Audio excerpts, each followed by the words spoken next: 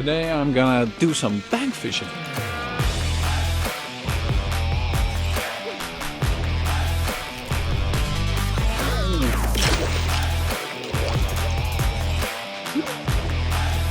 I'm gonna do some traditional Dutch urban polder fishing. And do some big bait casting if the wind allows it. It's a bit gnarly out here. Wind blowing from the east. Hands are freezing off. Hopefully I can chuck some of the big baits out with the new SG8 650 gram, which will be launching this spring. I think it's gonna be early spring, so that's gonna be awesome for your big bait enthusiast. But the main course of today is casting with jerkbaits. Harikiri Super Swimmer, Scout jerkbait, 18 centimeter lionfish roach. The sun is gonna poke through later on. Hopefully I can get some action because I will need it to stay warm.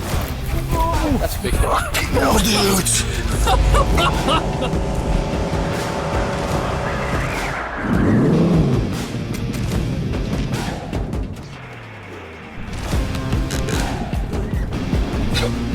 Ezels. Oh, hey! What?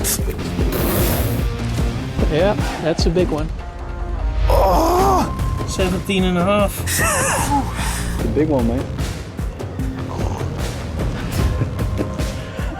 No way. Yo, this is good. Yo.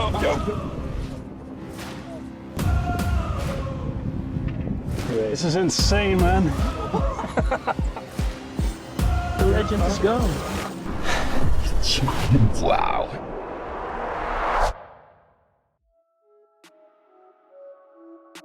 Now, to be honest, it's been a while since I fished for pike because, frankly, I had a short winter break. I went to Madeira to do some hiking and then I did some snowboarding for the first time after the accident, and it went pretty well, I must say.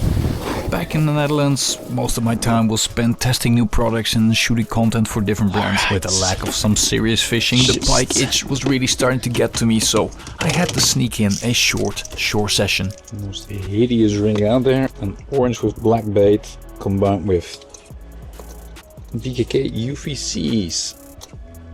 It's a hideous color combination, but this definitely sticks out, so I'll fix that later on. Let's rig this puppy up. So the setup that I'm using is the SG8 650 gram monster bait. This is a rod that is 268 centimeters long and a casting weight up to 650 gram, and I'm using it with a Toro Beast. Yeah, it's no use fishing here. Way too much wind pushing on it. Even with the 650 gram, it's really difficult to cast against the wind, and the waves are crashing against me. And if I was a pike, I wouldn't be in this messy water over here, so yeah, alright, plan B. It is so damn cold, guys. I don't know what's more brutal, it's that the wind is just so cold from the east. The fact that I drove all this way just to find the spot to be battered by the wind. Yeah, this is a failure, so let's head towards the next spot. Found a new location. Haven't fished it before, but it has two small little bridges, or duikers as we call it in the Netherlands, and has some clear water running through it, so it looks promising. Just fish with something different. Ready to fish roach. There's a lot of grass here. A little bit too much.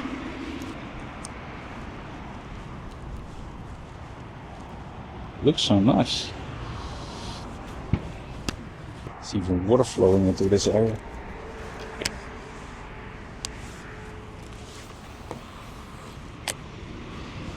The water is quite clear as well, so.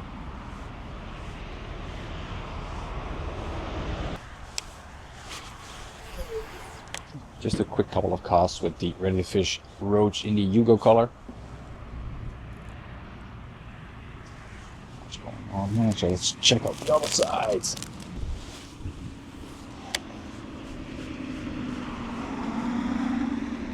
One would think there would be some fishing there, especially against the edges over there.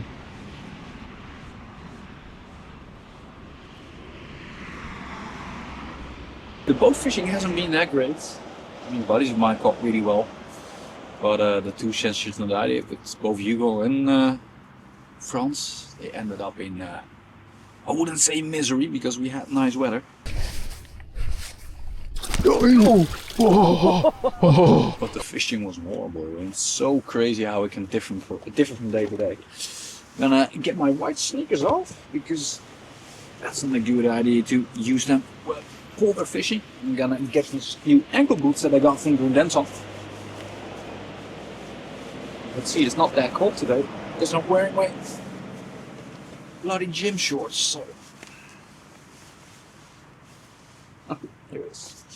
But I'm gonna put on gloves because I have a feeling it's a bit colder than I am anticipating. I'm fishing with the harakiri, but this is something that's cool to use as well. The 18 centimeter live roach new color. This puppy is gonna hunt this spring. Let's see if we can find some pike over here. Harakiri with yellow beaker case, of course.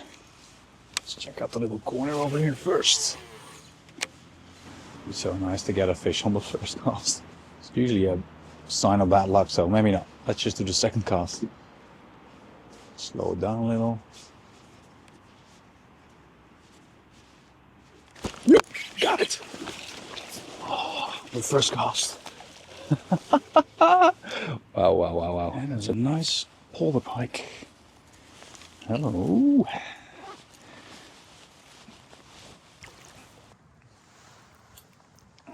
Well, first cast, first fish. This could be a sign of bad luck. No, don't do the alligator stuff. Nice, healthy looking fish. Woo. Chunky one. And she wanted to go. Yes, first cast. Maybe that's can either be a sign of really bad luck or something really nice to come. So. First cast, first fish. Polar fishing, it's so much fun. I want to head out and see if we can find a couple more fish like this. Cast this whole urban area / polar area. See some cormorants flying over there. See what comes along the way. I'm happy with this fish. Really happy with this fish. The good old harakiri. With 1.0 beaker case, the yellow ones. Casting it on a SG6, which I haven't even properly aligned, but yeah, an SG6, 220 gram casting weight. You guys know that I am a big fan of this chunky 14 centimeter jerkbait.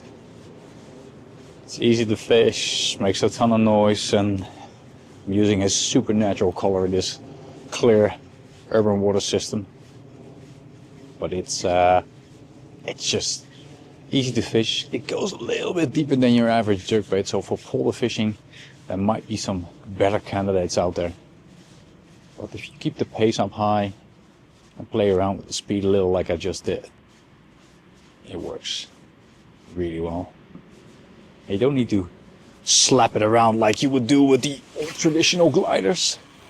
Remember the old busted jerk where you had to fucking smash it like there was no tomorrow? It's way easier to fish. But I think with a modern era jerkbait, that's kind of a requirement, right? You need to have a jerkbait that it's easy to fish, don't have to work it too hard, can play around with the speed a little, and then it just moves easily from left to right without too much effort. This one definitely doesn't sink super fast, but you can see sometimes I'm picking up some stuff. So if you want to fish a bit more shallow, then I would say a deviated swim or a deviated tail or the scout jerkbait. Those run really shallow and you can give them a lot of hang time close towards the surface.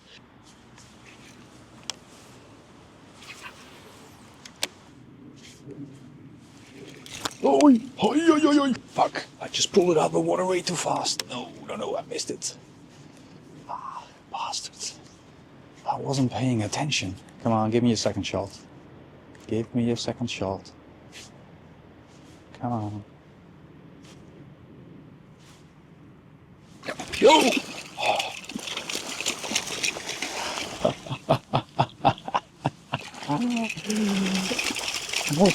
I was about to pull it out of the water. Let's see if she wants to play nice. Just gonna unhook her in the water.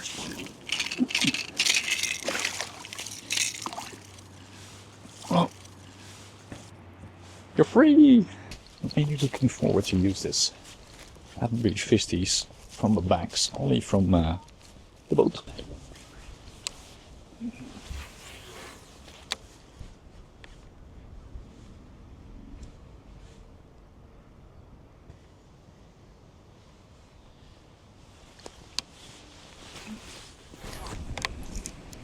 I think this runs a little bit too fast, so let's whip out the jerkbait again. Some nice bait for some active search bait fishing. But I need to keep the pace up a little bit too much, so it's just looks promising. There's a stretch going. The water goes underneath the highway over here. It goes from miles and miles, or kilometers and kilometers, all the way towards the other side. This is one of the few irregularities, an irregular spot.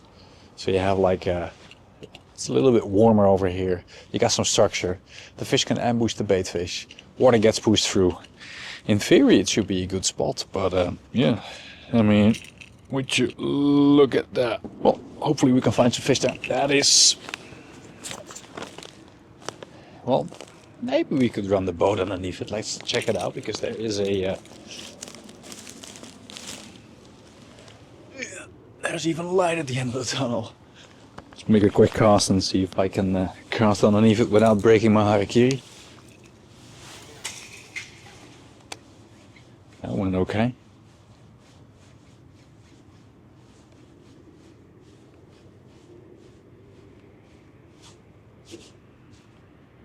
Surprised there's no pike or zander underneath it.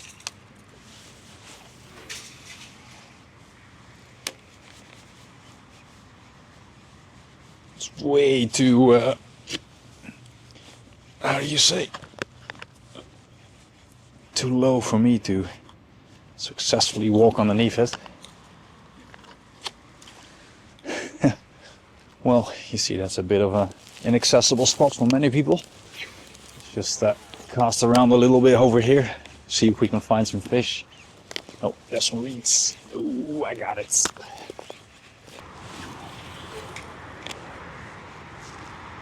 Mega brown water. So, the question is, do you need to fish fast or slow in murky conditions? I mean, if you fish slow, they have more time to actually pinpoint it. What was wrong with this one? Nothing. Almost at my finger. If you fish slow, then they have more time to locate it, pinpoint it, and hit it. But if you fish it fast, then you create more vibration and it's easier to find. I like to fish a little bit faster and then pause it a little so they can pinpoint it, but also have the time to hit it. So you have best of both worlds. I'm not going to fish the entire stretch because that's going to take half a day. Just going to fish the potential hotspot, which is this zone over here. If I can chug it in as far and deep as I can, maybe I can hook into a fish there, but it's inaccessible, sadly. Looks like a potential hotspot. One more cast deep into the... Let's move out. Yeah, looked like a nice spot. I don't know. Frans and I have been looking at this spot to fish from the rubber boats, but I think it's a write-off for now at least. So many other stuff to do. A spot like this doesn't produce. It's usually not a good sign, so let's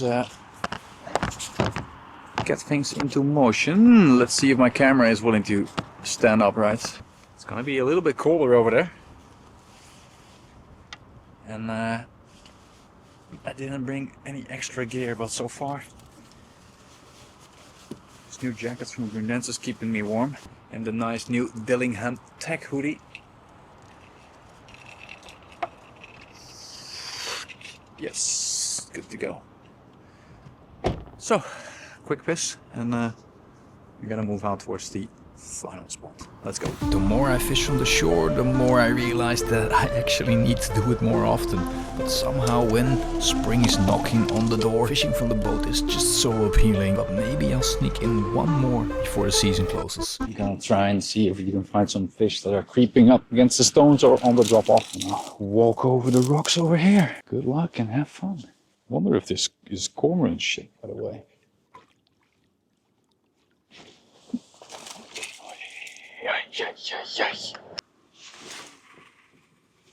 Well, thank you for your service today. Well, that's it for today, guys. We had 4 contacts, caught 2. This one really close to the shore, but you know, it was a tiny one. It was the smallest of the bunch. I'm gonna sneak in one more slow trolling session because the water clarity is finally improving, so we need to sneak in at least one. The whole topic of winter fishing and how it has changed over the years, that is a video that is coming up soon as well. Thanks for watching, guys, and good luck to whatever is left of winter. And if you are like me, I'm really looking forward to what spring has to bring. So good luck, guys, and I'll see you in the next one.